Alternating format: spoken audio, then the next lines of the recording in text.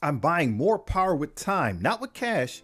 That way I'm able to spread my gold, gear, my ISO around this week so that day one is free when the new team launches. This is just the way I play. It helps to make sure resources are smoothed out, the team compositions are locked in, and that way there's zero panic. I'm able to arrive ready and able when the new Immortal Weapon team hits. These are the 5 things I keep in mind whenever it's time to build a new team. Point number 1 is event readiness. Usually when a new team comes out, there are rewards for specific characters. So for example, if we look at the Curse of Eternity milestone here, focusing on the Living Mummy, if we were to look at the scoring for that, just participating in a game mode that that character is related to, or perhaps War, Arena, you're going to get points for that. And obviously they give you points for powering up the character or having the character already powered at a certain ability. So right here we got Living Mummy at 5 stars, 6 stars, 7 stars, and you're going to get points for doing that. And that's going to get you ahead in the milestone event or the leaderboard event. Maybe there is no long-term goal, but if you already have those characters up and running, that just helps out with the scoring pattern there. Sometimes people say, wait, see if they give away some free stuff. And that's the gambit, right? That's the gambit. Maybe they do give you some free stuff, but I would rather be able to take advantage of the character right now. This is a raid team. Raids are important. This is how you get your gear. So I would rather have them up and running as soon as possible so that I can get the day in and day out reward. So I'm trying to build this team as quickly as I can as a free to play player. I didn't power up my Brimstone team, but as you can see here, you do indeed get rewards for playing with certain characters. There's some experience points. There's these orbs here that help you out with Spider-Man. And again, if we are an endgame player, that might put us in a different position. This is a new player account. I'm going to stress that this is on my new player account, and I need to get as much as of this stuff as quick as I can, get these characters as strong as I can. That's going to pay off quicker, faster in the future. I suspect, as in all cases, there will be something like this for the Immortal Weapons team, and I can have my Iron Fist characters ready to get those points in an event like this or any other event to come. Point number 2 is resource smoothing. Now, what do we mean by that? Instead of trying to figure out and play catch up later of what I have and what I don't, I might as well go in now. Then I know what I have and what I don't, right? I know what my strengths are, what my shortcomings are. So in order to do this, we want to make sure we're caught up with the most recent teams. I didn't build Brimstone, so what I need to be worried about is the Insidious 6. Do I have them built up before I start trying to build the next team? The individual right there, as you see, who I have a loophole in is Shocker. And with the new store, it's actually been going pretty good, right? I can get this piece, this unique piece. So I want to make sure I prioritize and get those things done for him. I want to make sure that I get that character powered up before I start leaning into the next team. We'll take a peek here. I'm not going to use any shop credits, but this is just how I go about improving my roster. So in a couple of days, I'll have that piece. Maybe even today, I'll have that one filled up, and I'll have Shocker taken to the next level. The Immortal Weapons team is the next team to come out. And so right now they've already announced the reworks are Iron Fist and Iron Fist World War II. And as you can see, I already took both of them up to gear tier 19 because I'm able to on this account. Again, people say you should wait and see, but why? If I have the stuff and I know that the characters are going to be needed and I don't have anybody else to work on, that's the key point. If I don't have anybody else to work on, then I should go ahead and get it done now. Then I would know if I'm missing pieces, right? I would know that, hey, if I didn't have enough gear for the Iron Fist or the Iron Fist World War II, then I know that I would have to farm that right now instead of chasing it later. By taking a look at the team now, I'm able to understand if I might have a problem when it comes to overlapping traits. What we've seen from this team is it looks like it is going to be the Mystic Raid team, right? It looks like it's going to be the Mystic Raid team. So if I filter by Mystics, right, I have Iron Fist World War II. They are the Immortal Weapon team. But there's other characters that are on this list that are also Mystic characters and probably require the same or similar gear.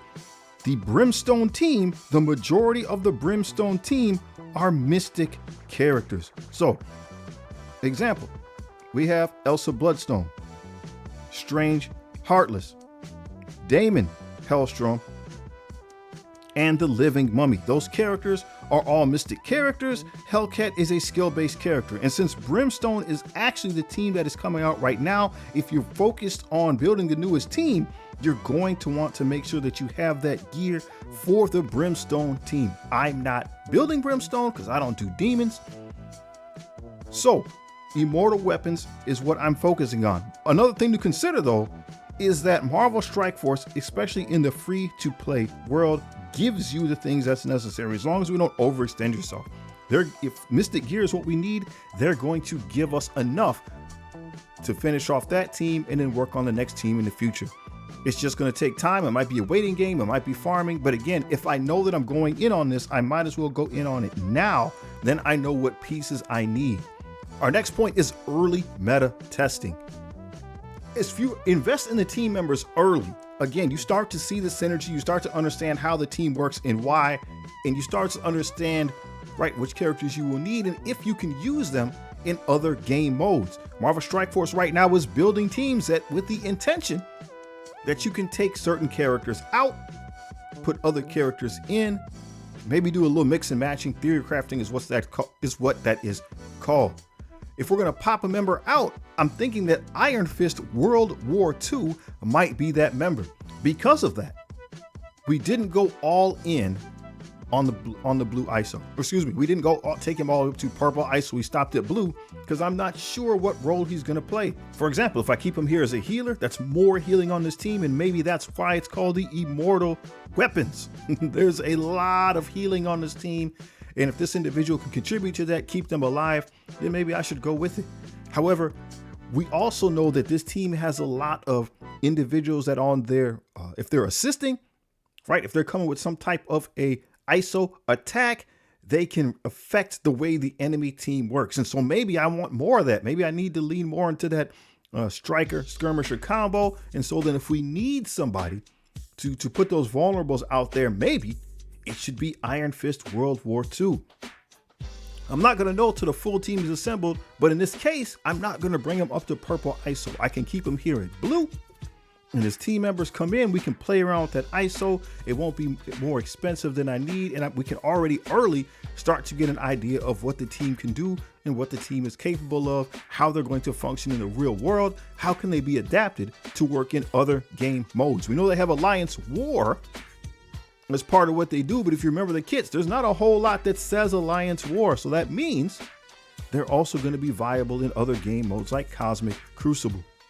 Point number 5 is your market hedge. What does that mean?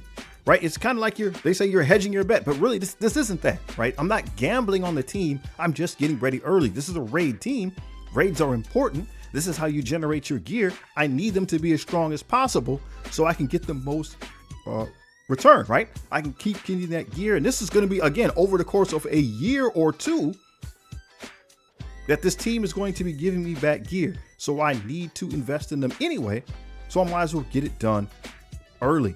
I'm really not missing out, right? I'm really not missing out. If the team doesn't perform the way that some think it will, I didn't lose out on anything. They're a raid team. I'm still going to get back my investment that I put in. And if we can find a way to make them overperform, then maybe I can get ahead of that early and just take advantage of the resources and rewards that I would get in the meantime. I'm excited for this team. I can't wait to see what they can do. Kung Fu Heroes has been something I've liked since I was a kid. And now that we have a new raid team, the Immortal Weapon team, if you are a free-to-play player, raids are an opportunity for you to set your foundation.